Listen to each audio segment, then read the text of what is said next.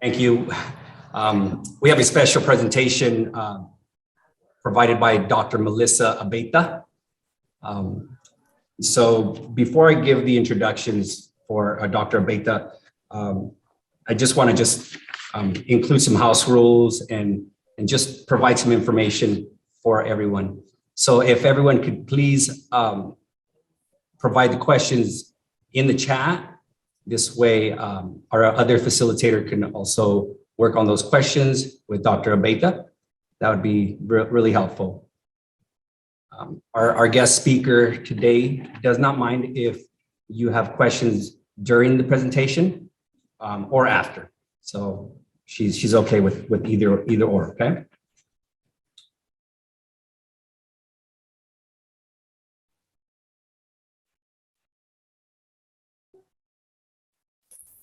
So Dr. Melissa Abeyta is a mother, a partner, daughter, first-generation scholar, and assistant professor at the University of Texas, Rio Grande Valley. Her research revolves around using an anti-deficit lens that explores the experience of formerly incarcerated students in higher education.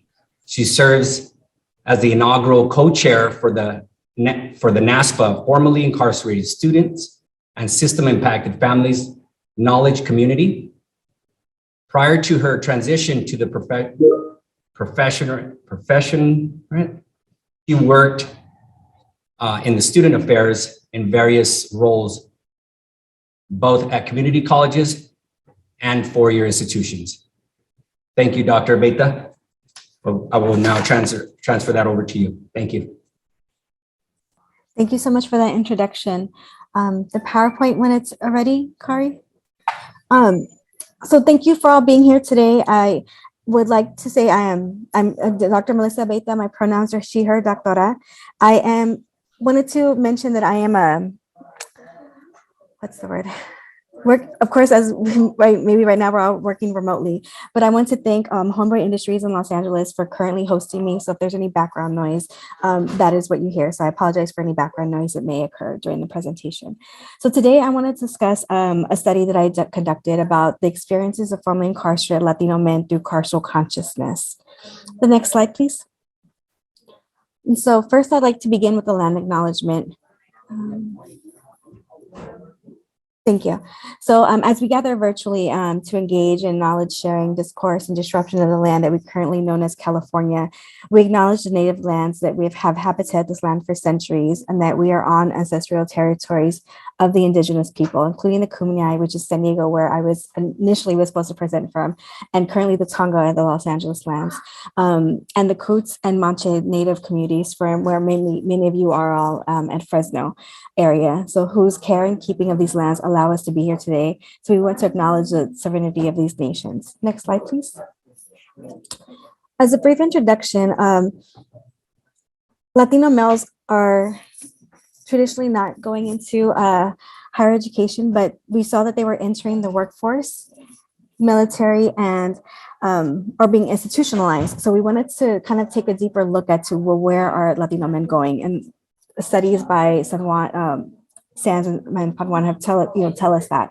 And so as I dug deeper into Latino males in higher education, I started noticing from California in particular, there's I would say initiatives for this population, I guess you could say, to be have at least obtained a bachelor's degree, right? So by 2025, 41% of jobs in California would require at least a bachelor's degree. However, only 35% of working age adults have attained that level of education. So we see that there's a gap. And then we also see California legislation, these bills who have helped in relief and prison reform or in some form of relief for this potential student population. So I just wanted to set some context for us, and just also additional context to carceral consciousness and what that is that is a term that was by Haney in 2008. And carceral consciousness is identified as a correctional influence that has psychological consequences for incarcerated individuals. So we want to acknowledge that there's this psychological change that occurs once an individual has had to adapt to these demands and quote unquote prison norms. And this includes, one's way of thinking, their way of feeling, and acting. And so there's these environmental changes that negatively affect them. And so we have to keep that in mind as they're reentering society. So the study looks at this carceral consciousness as they reenter society, and then real specifically our college campuses. So that's where the study comes into place. So carceral consciousness is like how prison-like norms are socialized into our communities.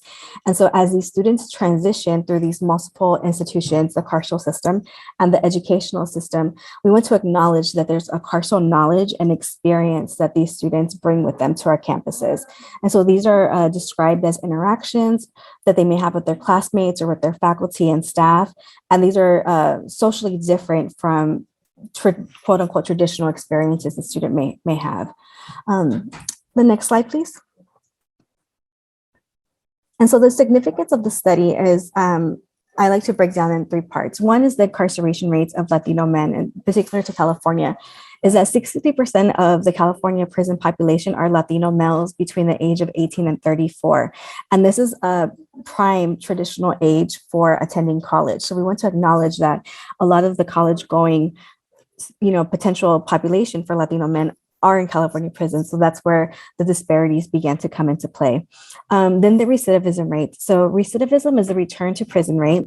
And so we want to talk about how education can reduce recidivism by 5%.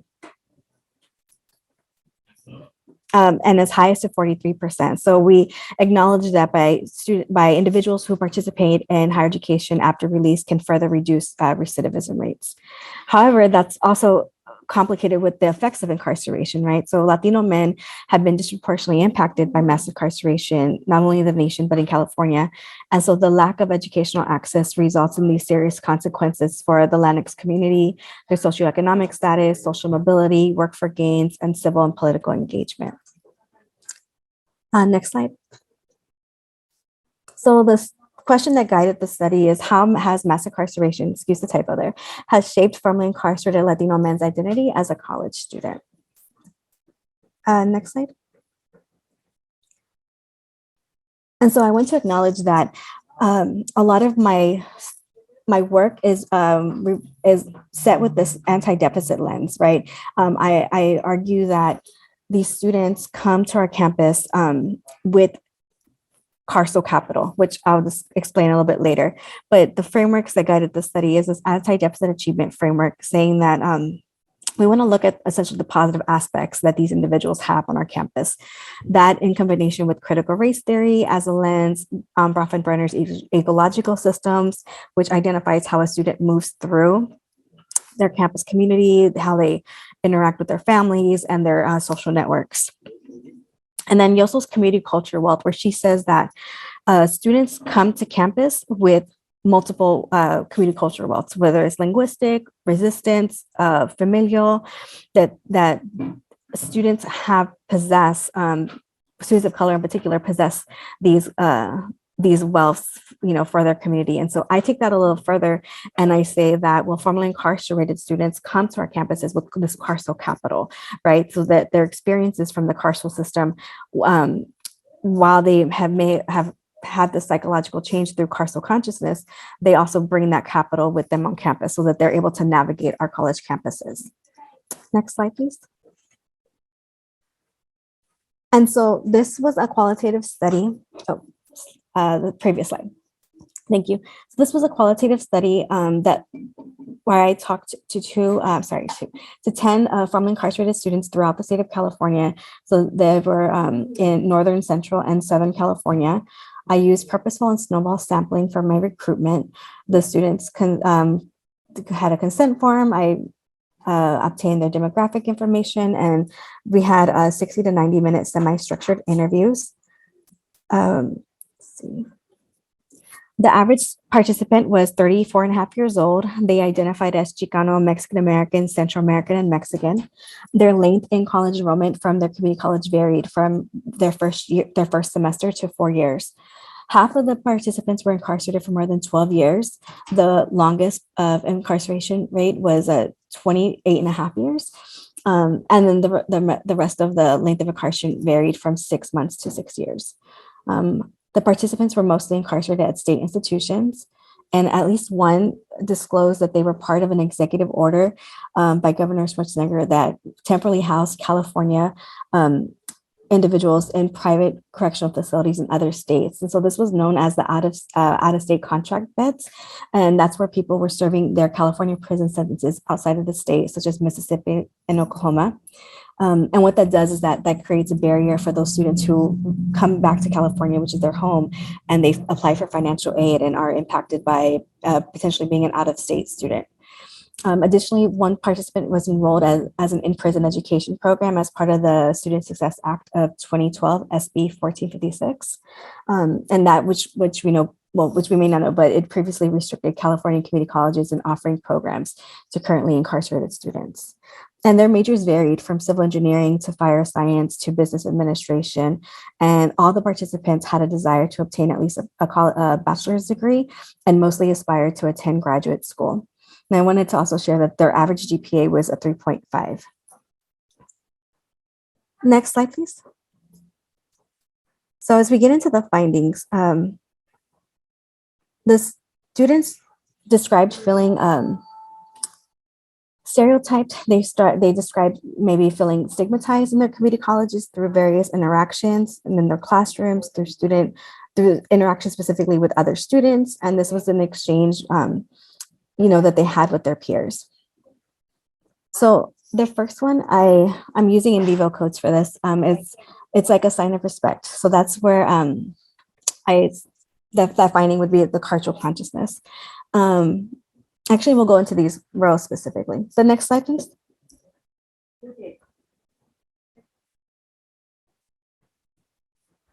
Thank you. So students describe this carceral consciousness, the sort of respect and politics that they're socialized from being incarcerated. So they described this culture shock when they were on college campuses and they were transitioning into their student identity. So for example, the student says, when you're in county jail or when you're in prison and you say good morning to somebody, whatever race it could be, when you say good morning, it's like a sign of respect and you're going to get it back from somebody.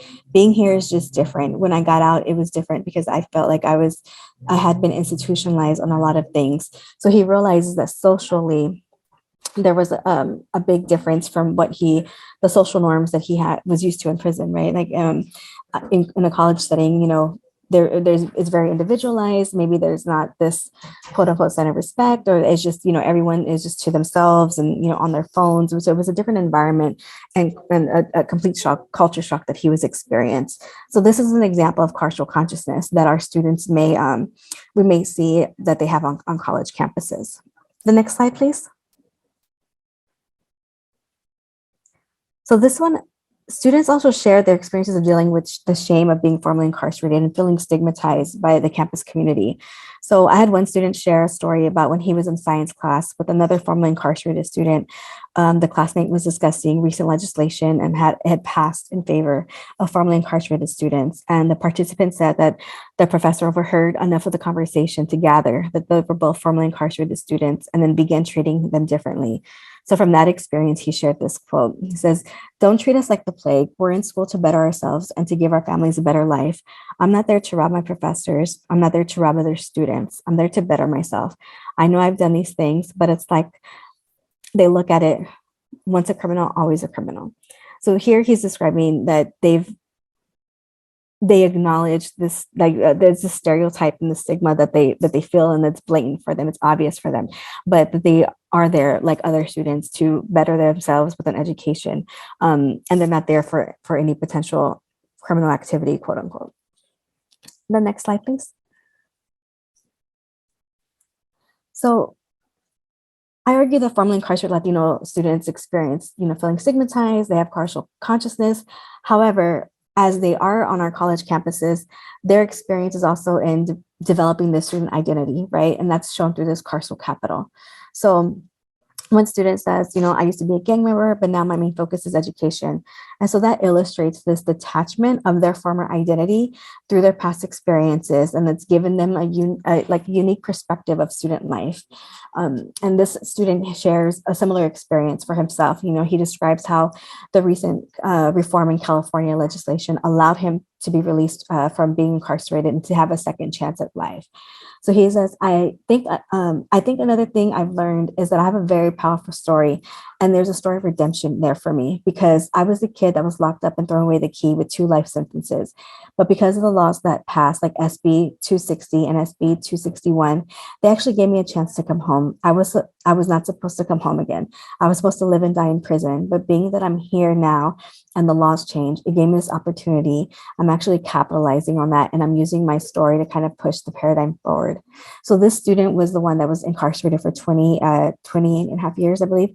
And so he was at his community college. He was a student leader. He was one of the leaders for the formerly incarcerated club on campus, and it really helped in recruiting other students that were formerly incarcerated and helping them navigate what it was like to be, from that student population on campus, and it helped, just helping them learn the ropes and transition themselves before he was going to make his transition and transfer to his 4-year. Next slide, please. So what this study reveals is that, students, formerly incarcerated students in particular, have this student identity through their shedding of their former identity, through carceral consciousness, feeling stereotyped, and through carceral capital. They did overwhelmingly describe feeling socialized different from their traditional peers. And that could be in various ways. A lot of the students did not have the technology, when they were incarcerated. It depends on the years, but a few of them were incarcerated, and when they were released, the technology had evolved, right? Some of them struggled with writing an email, for instance, in the subject, in a traditional message where you would write the longer portion of your email, you would see that in the subject form, right? Instead of just writing a full, 3 to 4 words in the subject and then the longer message in the message box, they wouldn't. Some students describe not knowing to do that, right? That they would write it all out in one sentence. So they expressed feeling overwhelmed by these not being socialized traditionally through high school years, because that's typically when the time when they were already experiencing incarceration. They also described this continuously code switching between their communities at home and campus communities. And so that's where I would continue to say that they demonstrated having this carceral capital. They've been able to take the experiences from their previous identities and use those, transferable skills essentially to navigate college campuses. Next slide, please. So what are our recommendations for practice? I realize that this is a student symposium for practitioners here. And so I argue that we should have learning communities for formerly incarcerated Latino students. So I think that the annual symposium is a great idea. And I advocate that all community colleges in California should have some form of symposium that they do annually. But more so, like, what are we doing in between? So that's, I think learning communities, real specifically for student populations, can really help, can help them be in connection with their peers, can help them find sense of belonging on campus, and really feel that they are part of the campus. And that I think the learning communities are a little bit deeper than the student clubs, right? Where they can, again, have those peer-to-peer opportunities. Recruitment, outreach, and partnerships. And don't want to assume that everyone's at Fresno State or, I'm sorry, Fresno City College, but depending on where your community college is, and if, are you partnering with the local probation offices? Are you recruiting there? Is there outreach there? What is the outreach within your district in comparison to maybe local nearby prisons that have in-prison programs? So hopefully that there's a partnership and an outreach, so that when the student who is maybe taking a program with an in-prison education program is released, are they released to your campus? And then is there a connection for them? And I know that's difficult, and that depends on that. It's assuming that the student's going to parole to your district, but it is complicated. But is there some form of partnership, or is there some form of outreach that is existing right now? And what can we do to continue that those bridges are formed, so that we make this pathway from prison to college pathway easier? And then continued professional development and allied training, such as this one that we're currently attending. The allied training I suggest is from Breaking Barriers. They are actually a group from here, from Los Angeles, and they are formerly incarcerated students, and they conduct training to a lot of campuses, and they give their actual experiences. So you're learning from the students, you're hearing from the students' perspective. For faculty who may be on the call, what if a student has to gets a call and they have to check in with their parole? Immediately they have to call in within an hour or so. But however, they're taking an exam. What is the leeway that we're giving to those students? Are we allowing them an opportunity to take the exam at a different time? Are we giving them that empathy so that they can check in with their parole? Because that's a violation if they don't, right? We want to make sure that they're not going to be violated for just not checking in because they're in the middle of a test taking exam. So this allied training provides very specific and very real situations that formerly incarcerated students are navigating while being college students. And then the next slide, let me actually grab that link for us. I will put it in the chat. Oops. So in the chat, I'm going to put this link for all of us.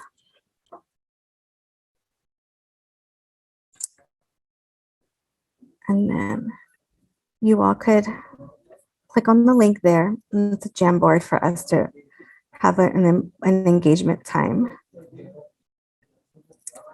So there's 3 slides, and we'll just take a few moments.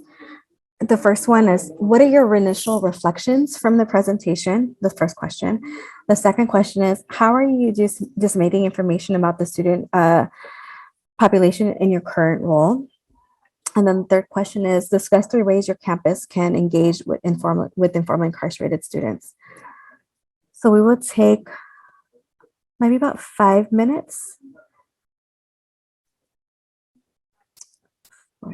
There we go. And then as they come in, I will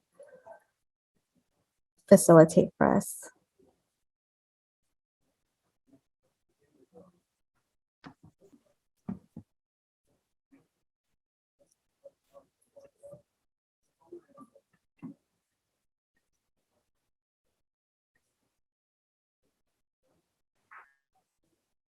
And I wanted to offer, if somebody, some folks are typing, but if somebody had a separate question in the chat, please feel free to also ask.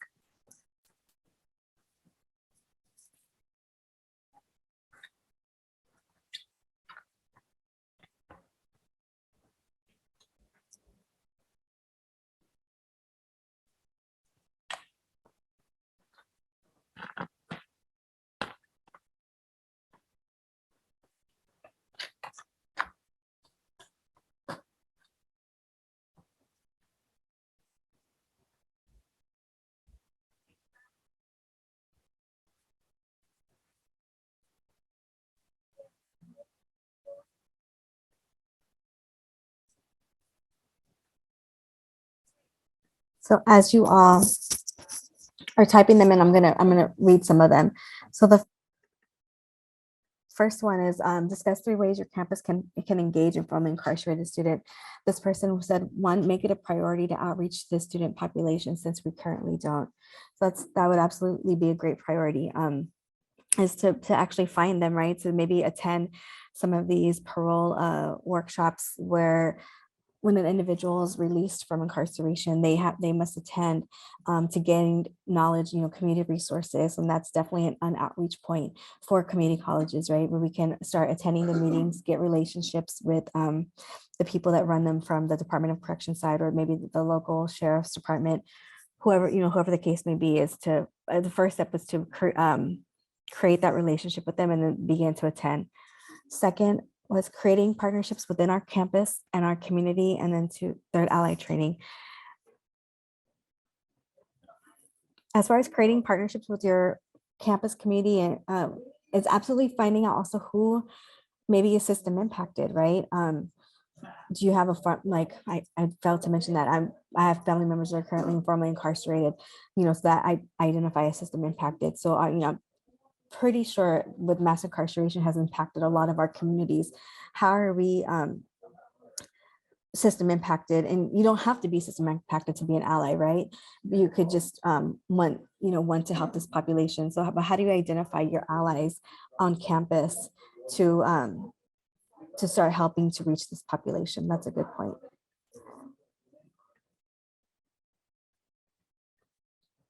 Someone says they have an official Rising Scholar programs. Yay, absolutely. Congratulations to your campus for having the Rising Scholars program. It's a great initiative.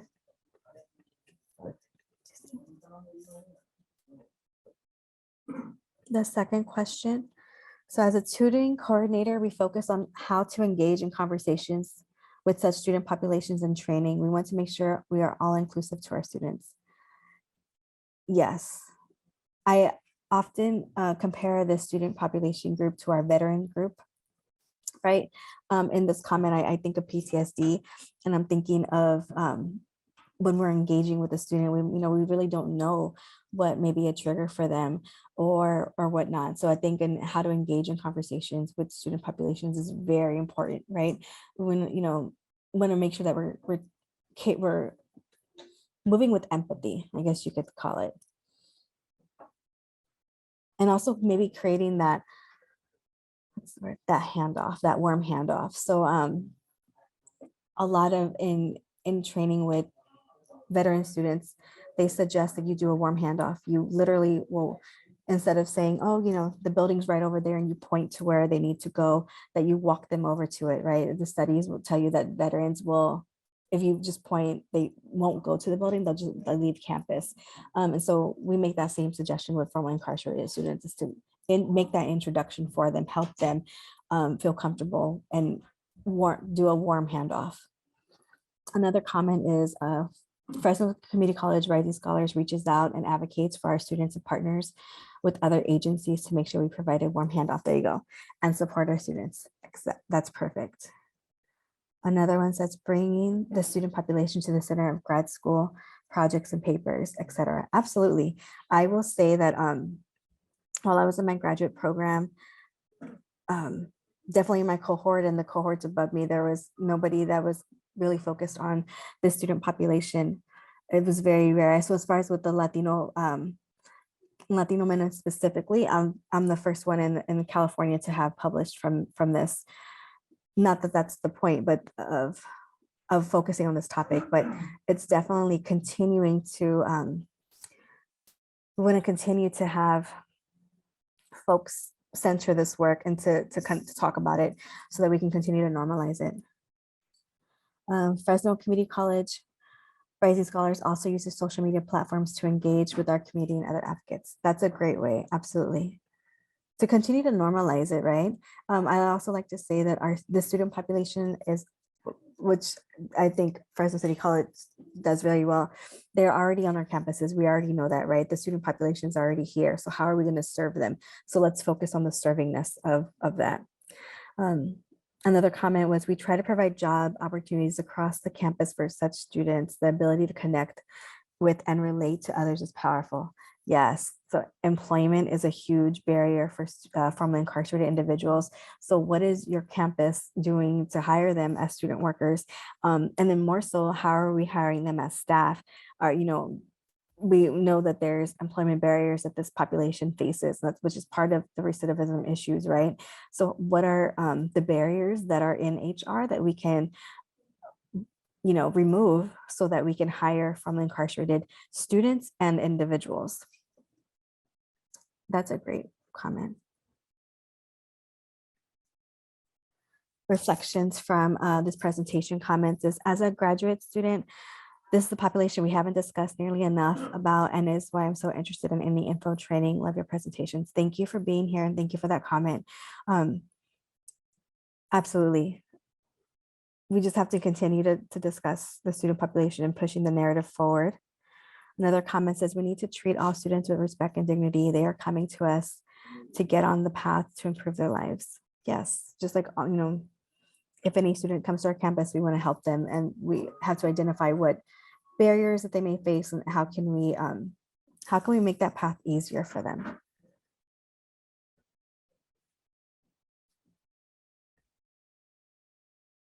I'm scrolling through. I think those are all the comments that I'm seeing. If you're still writing, please feel free to continue to write. I'm going to check the chat.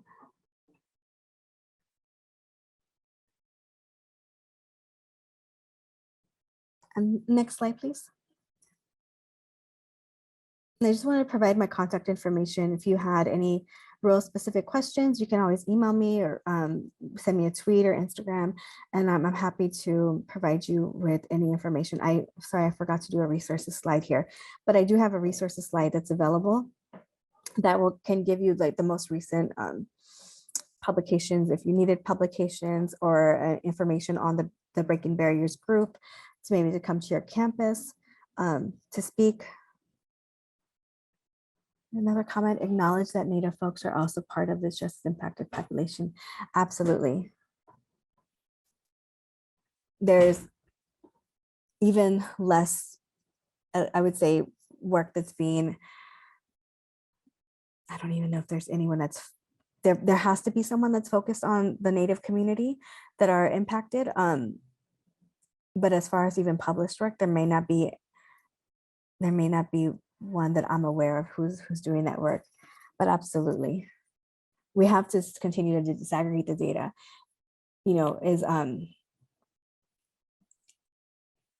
and are disproportionately impacted. Yes, thank you for your comment on Native students.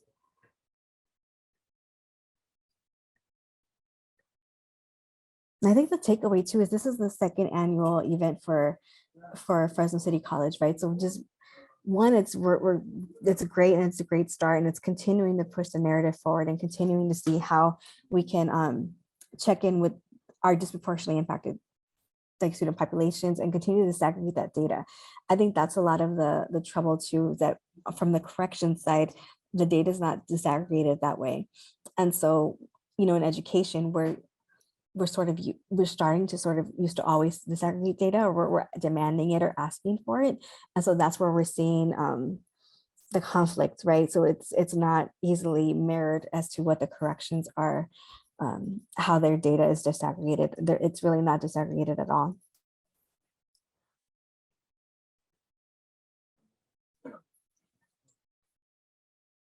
The counselor is doing Native student outreach, and I noticed I work in IR. So I'm reading the comment in the chat that a few students were rising scholar students, and the Native student population is already pretty small. It absolutely is, and is often not discussed because of the small sample.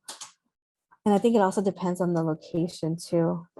So maybe in the Fresno area, it might not be a small population, but I want to say in New Mexico in particular, it's where it may be an overpopulation, right? So in California in particular, Latino men are overpopulated in prison, where in New Mexico, I want to say it's the Native males are overpopulated in that state. The home address is listed as local prisons. Thank you for sharing, Luis. And we can,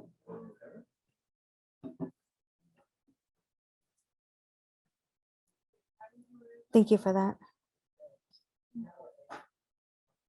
Check the Jamboard.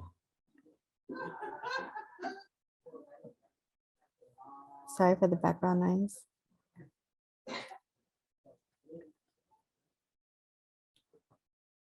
anyone wanted to unmute and engage in conversation, I'm happy to. But that's all the formal presentation that I had, but I wanted to continue this open dialogue with you all. Abeyta, are you broadcasting from Homeboy Industries? Is that where you're at? I am.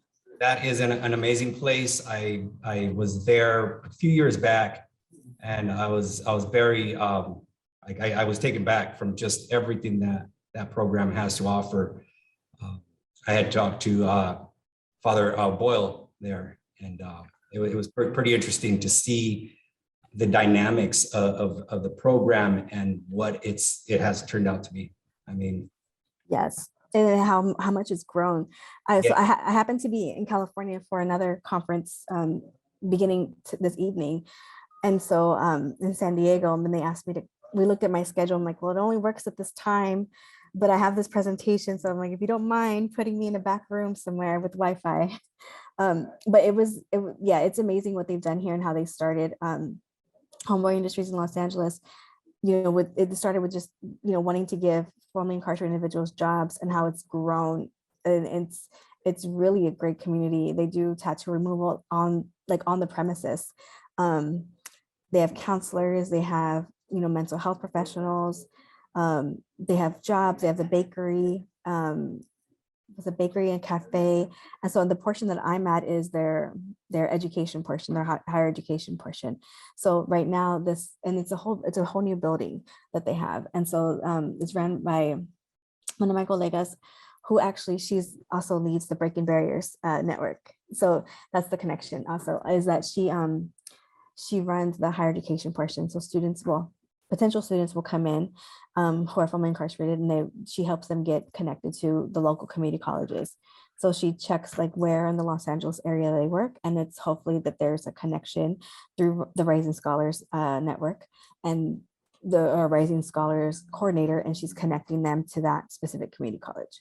And I've been here with them all morning, so they literally are doing applications to different local community colleges. Some students are already at community colleges and transferring to 4 years. And so she's helping them with that. So I think it's great to see how it's evolved and grown. For those of you who don't know or haven't been able to, Homeboy Industries, and I'm not trying to promote, but it is very, very, very, it's a very intricate program there. Has started something there with a lot of support from nonprofits. Yes. It's just completely amazing how the different departments all work together. What really took me back was seeing the different gangs, the different individuals there from different street gangs interacting. Literally when I was there were rivals just hanging out, having a conversation, and it was completely very respectful, very insightful. We had a tour from one of the employees there, and it was, he told us his story of how he got into the Homeboy Industries, and it was really, really breathtaking, to say the least. Yeah, it really was. At the beginning, they start their day with a morning meeting where everyone from all of the different services and departments come in and share their accomplishments or share what they're working on that day. And the kudos and validation that they give, it was really nice to see.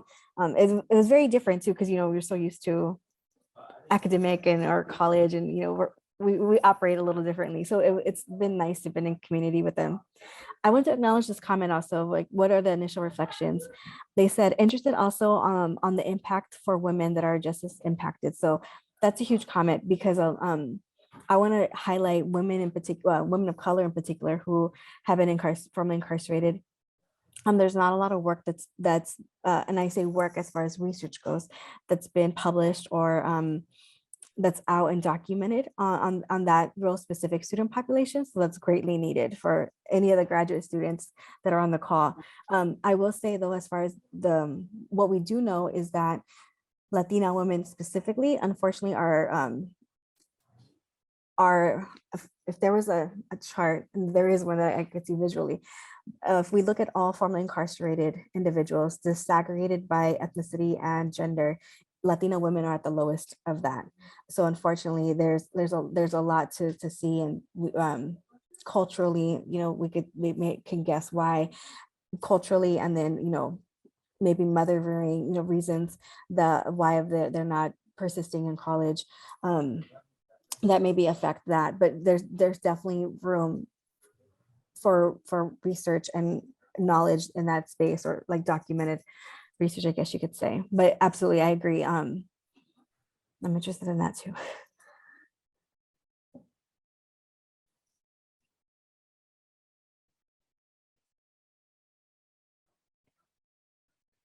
Are there any other questions that anybody has?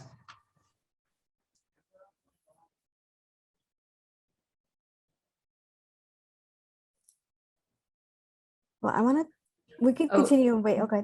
I had a quick question. I just wanted to say thank you for being here with us. I'm a communication instructor in the Fresno area. I'm more familiar with community cultural wealth, but carceral consciousness is really interesting and needed, I think, to me in the classroom. Yeah. So I was just kind of wondering any advice that you would have in terms of how instructors or educators can draw from that in their teaching or reframing assessments even. Yeah. So carceral consciousness comes from criminal justice studies. So I'm kind of like taking a look at it and how does that impact education, right? As far as faculty and in the classroom, I think validating the student population, right? And really having empathy. And I think that just goes a long way, really trying to look at, that we're not stereotyping our students, that that we're withholding judgment, and even maybe being aware of our of our unconscious bias, right? That we're not, if there is a bias that internally we have, sit with that and ask, reflect on it, like, why do, what is about this person's appearance, are there tattoos, or what is it, the way that they're dressed, that's making me feel in this threat, that there's a stereotype threat that's happening, right? And so, like, I think really sitting with that, with yourself, or reflecting if that's the case, in addition to having the empathy and including them in the work. If it was communications. Okay, I think, yeah, including them, and I've in some of research I've done, it's been through writing assignments, is where students, formerly incarcerated students, will kind of come out to their professors and their faculty to tell them that they've been formerly incarcerated, and then maybe asking if that's something that they want to, is that just for you to, them, they're sharing with you as the faculty, but really validating their experiences as a student, really uplifting them and letting them know that they belong on campus, right? Helping create that sense of belonging. And this goes, for all our students, like, there's ample studies on men of color and how it's really impactful for faculty and how they can create the sense of belonging for men of color on campus. And that's the same for the student population, right? For formerly incarcerated students, that we just really need to validate that their existence, is needed on campus and that they belong there.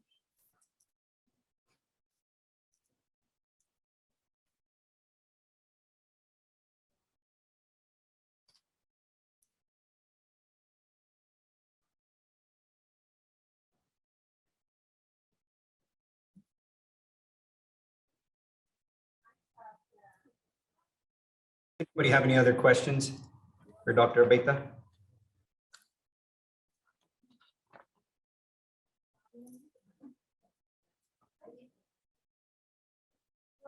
We're a little early, so thank you so much, Dr. Abeyta. We appreciate you being here today and presenting. Once again, if anybody give you a few seconds before we end this session. There was a survey too that I'm not sure if everybody gets to get in the last one. There it is. Holly just posted it. So if yeah, if you would kindly take a few minutes just to, fill out that survey, it'd be super appreciated. So thank you very much. Thank you. Yeah. Thank you. Thank you for everyone for being here and for showing, interest in the student population and continuing the work that you do on your campuses is very critical that we have you all, as allies, to be honest, to help bring a colleague next time or, continue to push the paradigm forward. Thank you, Dr. Abeyta. Everyone, don't forget, we have the student panel discussion. That'll begin at 2:25, a little bit later. So you'll get a little extra break between. Okay, so we'll see you then. And thank you again, everyone, for being here and participating. Thank you, Dr. Abeyta. Thank you.